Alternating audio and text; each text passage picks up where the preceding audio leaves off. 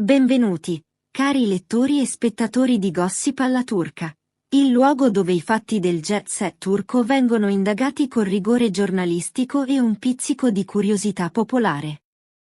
Prima di addentrarci nell'episodio che ha riempito le timeline nelle ultime ore, vi ricordiamo cortesemente di iscrivervi al nostro canale, di lasciare un like, di commentare liberamente le vostre opinioni e, se desiderate supportare in modo più diretto i nostri contenuti, di cliccare il pulsante Katil.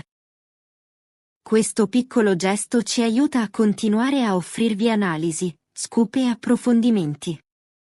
Oggi raccontiamo un capitolo che non parla soltanto di gossip, esplora l'immagine pubblica di un attore amatissimo, la percezione del pubblico e la velocità con cui i social plasmano, amplificano e spesso deformano la realtà. Durante un'intervista dallo stile colloquiale, impostata su toni placidi e un dialogo apparentemente informale, il conduttore ha posto una domanda inattesa e dirompente. Se Kerem Bürsin fosse considerato un uomo dal comportamento mondano e flirtante, un cosiddetto donnaiolo. Non si trattava di un vezzo retorico, ma di una domanda netta, capace di spostare istantaneamente l'asse emotivo dell'incontro. L'attore ha risposto in modo composto, scegliendo una tonalità che potremmo definire misurata ma ferma. Ha rivendicato rispetto per la vita privata altrui e per la propria, dichiarando di non volere che nessuno venga ferito nelle relazioni che vive. Ha affermato di non riconoscersi nel termine donnaiolo, definendolo in qualche modo estraneo alla sua persona. Queste parole, semplici nella forma ma potenti nella risonanza, hanno avuto l'effetto di un detonatore sull'arena digitale. I social network non hanno aspettato. Subito dopo la pubblicazione dell'intervista, la discussione si è frammentata in molteplici correnti. C'erano messaggi di affetto incondizionato, critiche pungenti, battute ironiche e analisi più lucide che cercavano di collocare l'episodio nel quadro più ampio della vita mediatica di Bürsin. Da un lato, numerosi utenti hanno interpretato la risposta come segno di rispetto e maturità, un artista che separa la propria professione dall'impatto che le proprie scelte personali possono avere sugli altri.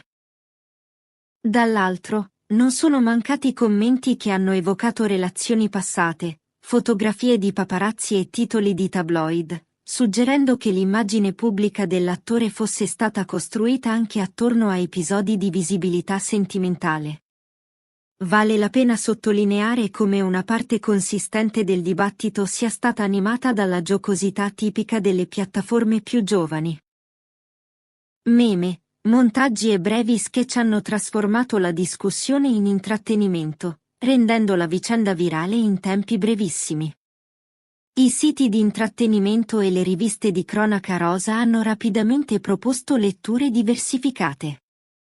Alcuni editoriali hanno parlato di una risposta autentica e coerente con l'immagine pubblica di Bürsin.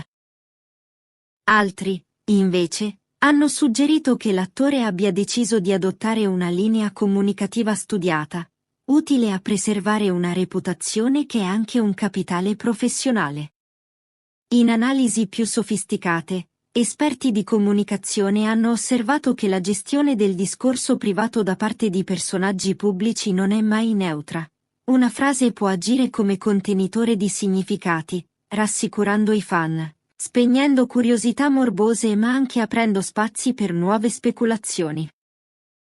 Il pubblico, come spesso accade, ha risposto con dinamiche che rivelano molto sul rapporto tra star e spettatori. C'è chi desidera trasparenza assoluta, chi invece è pronto a perdonare piccole contraddizioni a patto che emerga una coerenza morale di fondo. La polarizzazione delle opinioni riflette una domanda più ampia: fino a che punto riteniamo credibile la distinzione fra vita pubblica e privata di un attore? Un segmento del fandom si è schierato in blocco a favore di Bürsin, sottolineando la sua educazione, il tono rispettoso e la mancanza di gesti o dichiarazioni che possano essere qualificati come offensivi o lesivi.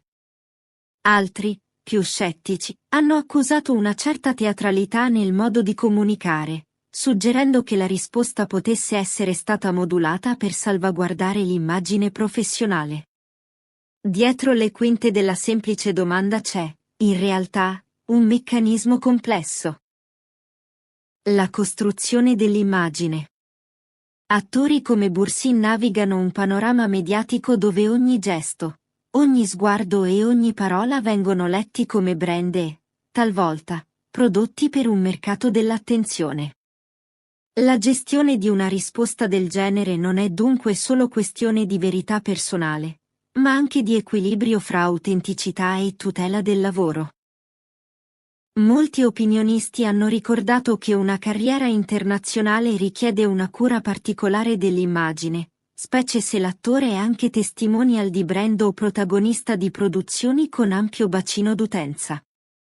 Non va sottovalutato il ruolo dei content creator, quegli stessi creatori che, in poche ore, hanno trasformato la risposta in materiale per sketch, parodie satiriche ed elaborazioni critiche.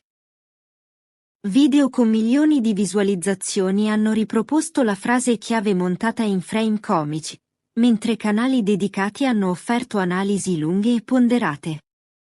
Questo mix ha avuto un duplice effetto: da una parte ha amplificato la visibilità della vicenda, dall'altra ha diluito il tono del discorso, portandolo dal settore serio dell'intervista a una dimensione anche ludica e virale. Alcuni consulenti di immagine e giornalisti hanno spiegato che la reazione popolare è prevedibile. La figura di un attore attraente e mediaticamente presente tende a polarizzare, perché diventa specchio delle paure, dei desideri e delle curiosità della società. Altri hanno osservato come la responsabilità comunicativa aumenti quando la popolarità cresce. Le parole contano e possono contribuire a ricostruire o consolidare una reputazione.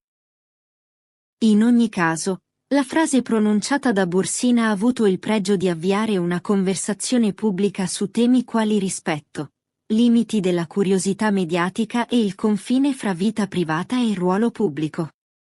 Ora tocca a voi, fate sentire la vostra voce nei commenti, sul canale e sulle nostre pagine social.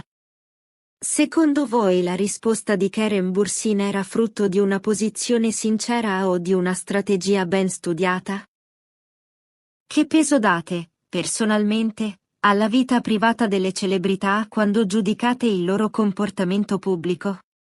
Quali altri volti dello spettacolo turco vorreste che analizzassimo con lo stesso rigore? Scrivete le vostre opinioni. Le migliori risposte saranno lette e commentate nei prossimi video. E non dimenticate, iscrivetevi al canale Gossip alla Turca, mettete like al video, attivate la campanella e, se volete sostenerci maggiormente, fate clic su Katil. Concludiamo qui la nostra ricostruzione. Ciò che resta è la consapevolezza che una singola domanda, posta nel contesto giusto, può diventare il filo che svela molte trame, quelle dei media, quelle del pubblico e quelle, più sottili, dei sentimenti umani. Keren Bursin rimane un protagonista amato e discusso. Il dibattito non si chiuderà qui, ma continuerà a nutrirsi di nuovi dettagli, nuove interviste e, inevitabilmente, della curiosità di tutti noi. Grazie per averci seguito fino a questo punto. Vi aspettiamo nel prossimo approfondimento, nuovi nomi, nuove storie, nuove prospettive. E ancora, iscrivetevi, lasciate un commento, mettete like e, se desiderate il nostro supporto extra, non dimenticate il pulsante Katil. Arrivederci alla prossima, dal team di Gossip alla Turca.